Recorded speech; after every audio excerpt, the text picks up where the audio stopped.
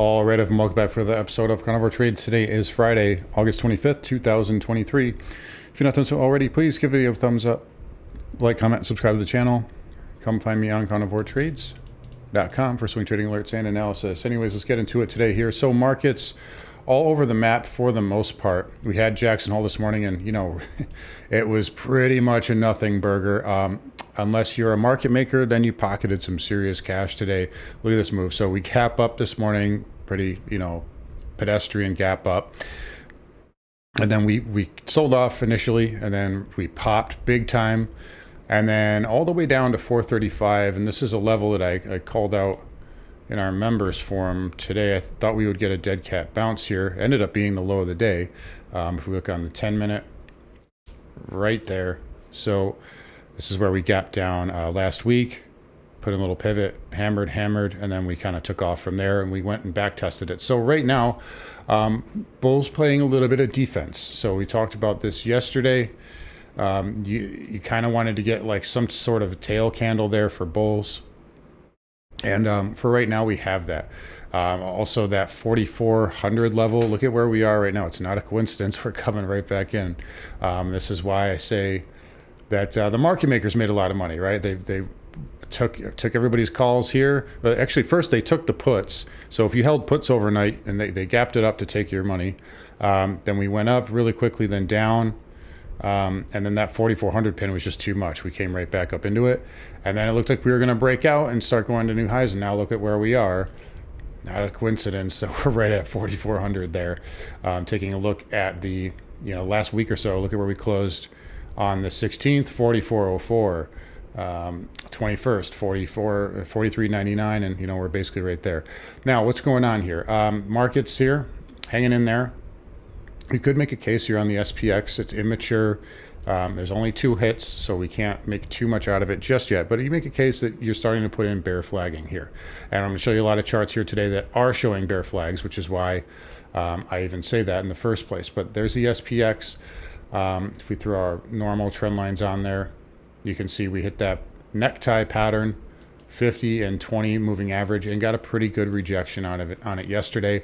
Another thing too, this morning and yesterday afternoon, a lot of people were talking about this being a head and shoulder, and it still could be. But when I see that like kind of circulating the internet, usually head and shoulders just have this way of sucking everybody in, and then kind of not playing out. And it started to play out this morning, and it went the other way there. But I will say, like I said, you could make a case you're starting to put in bear flagging here. And post volatility event, the VIX is coming in. It's holding yesterday's low for now, but it's not like it's completely puking, at least not just yet. And it is down 8%, but it was up 8% yesterday. So again, what am I saying with all this? Well, neither side really won anything, right? The bulls played some defense here, but you still have kind of a bear pattern here on the daily. So that's something we're going to have to look at going into next week. And what we can do is look at our weekly time frame. And you're holding the 20 moving average, but not getting a great bounce off it. I talked about this yesterday. I said, you kind of want, if it's strong, you want to get a big bid off of that. And we did originally, and then we came back in. So definitely a little bit of weakness here. Again, we are going to a seasonally weak period. I've mentioned this before. I think the highs of the year are in. I do think you can rally towards the end of the year, but I think that's not going to come after a correction, which again means the highs are probably in for the year. But right now, bulls working on a higher low. We'll watch this trend line that may need to get back tested here in the near term, maybe even coincide with 450, whole round number there, never got back tested. We did hit the necktie there, but markets here hanging in there. NVIDIA coming in a little bit more. That's got to hold 450, which it's doing right now. But that is putting some weight on the Qs, and the Qs are green, right? They're up $2 here, 260. But if we look at the weekly Qs, not a great candle, kind of like I wouldn't say quite. It's basically an inverted hammer there. And again, like got a really nice bid off of essentially the 20 moving average, and then came in off the highs. So something to watch for. We do have the higher low there, resistance here in the near term. You'll have some at this pivot, obviously. And then really like 375 is where you broke down from, and 380 is that whole round number is going to be a big level there on the triple Q. So that will be a level of interest to watch over the next couple of days to weeks. Now here's the first really bear flaggy type look we're going to look at here, and that's the Russell. So positive is you're holding this green bar, you had a nice test candle. The negative is you're below the 50 and the 20, and you're just hanging on to support here, but you had a down move, and I think you can see it a little bit better on the RTY.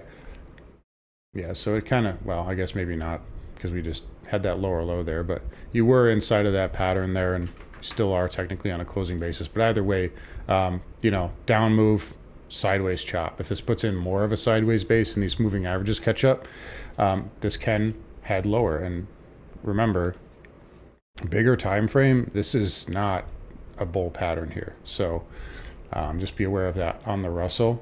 The Dow here via the diamond, it is holding that 100 MA, nice little bounce there.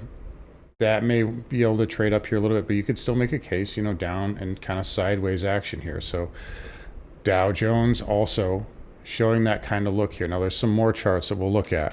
Let's get to the semis. As always, pretty good reversal yesterday, holding this green bar. We basically filled that gap today. But again, pretty good reversal there on volume yesterday. So kind of a dead cat bounce in the semis, and if the semis continue to be weak, it's going to give me more of a bear bias. IGV, this was a strong one today. Into it, had earnings yesterday, and that did well. That got upgraded a bunch of times, so that helped the IGV out. That was up actually 2%. We'll see if that can get above this trend line, and then subsequently the 351.82 mark. That would be a sign of strength here in the near term. So into it doing some magic there to save the IGV. We did close below that green bar, so that does suggest this rally is likely to fail, but IGV getting a little bit of a bid here. Now here's another one that is pretty bearish, Dow Transports.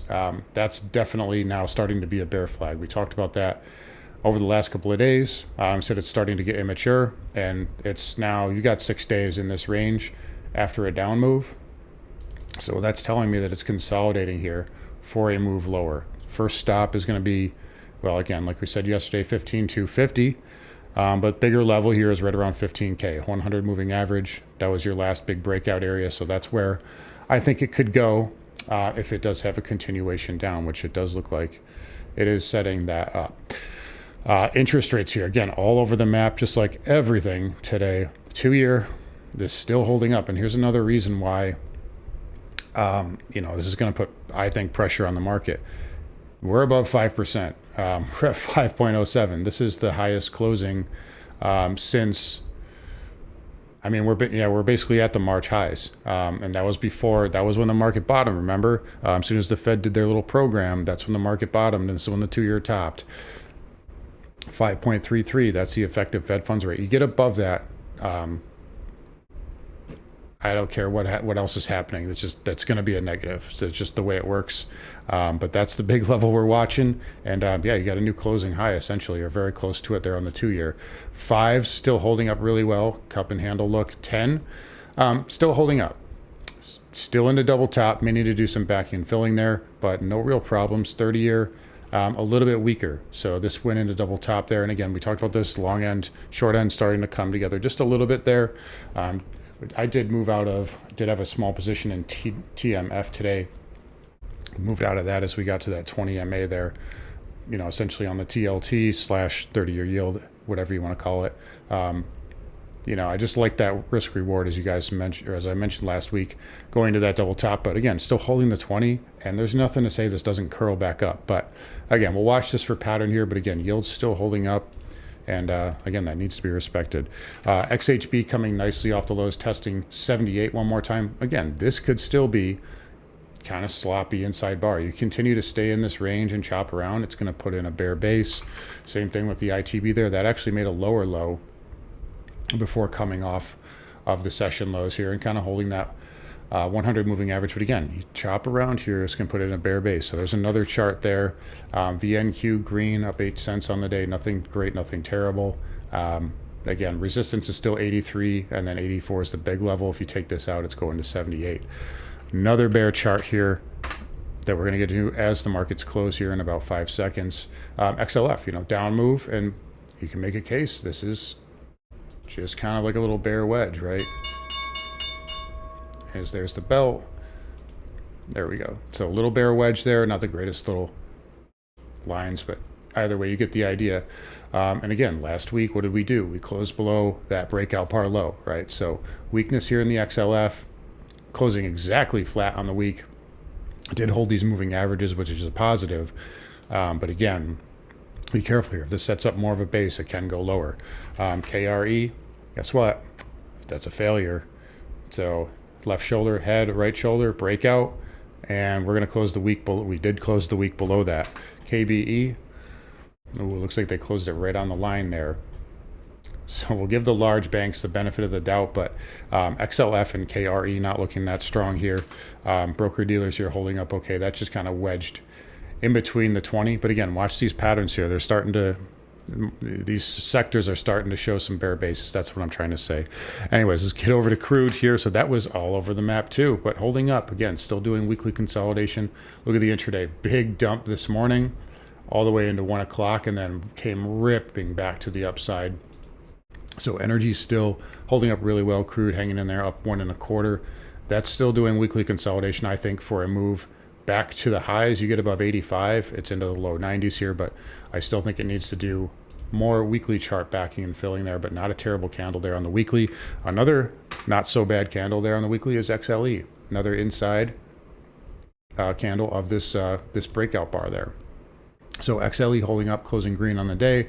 More weekly consolidation can take this higher.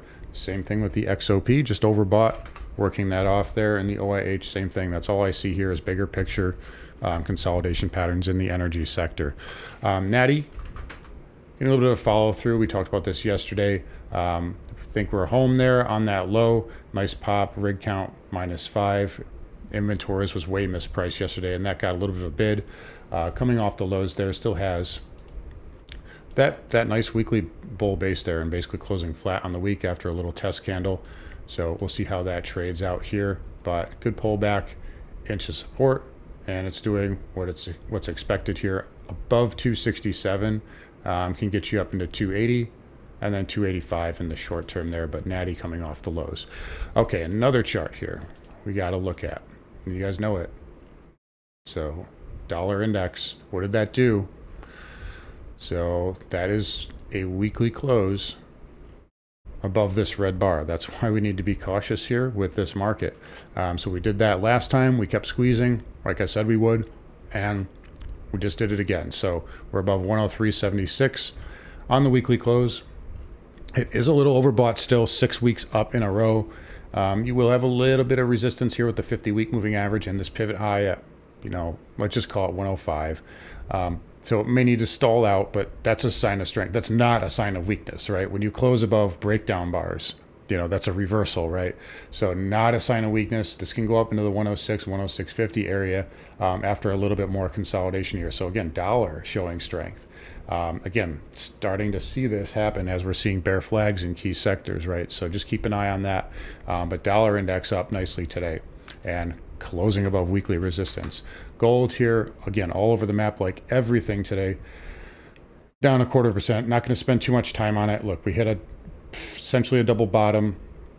We held the 200 moving average and then kind of just wedged in between the 50 and the 20. So I don't know, maybe this gets a bull flag and can push up if the dollar starts to consolidate.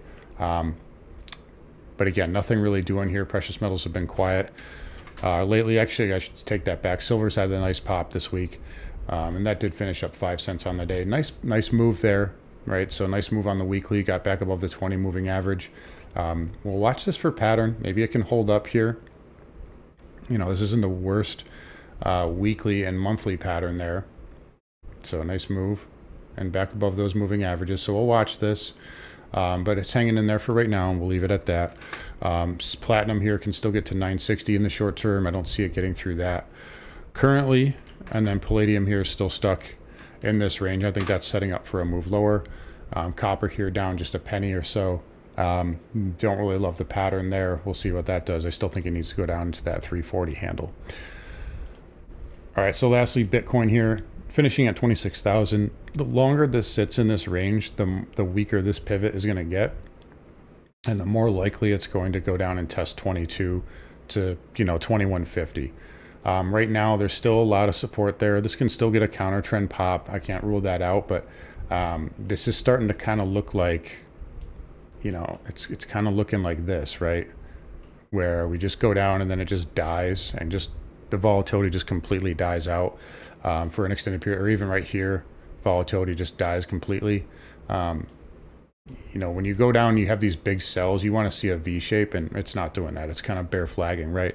So again, this pivot can become minor if we consolidate enough, and then your next big level is down around 21.5. So just be careful in the crypto space right now.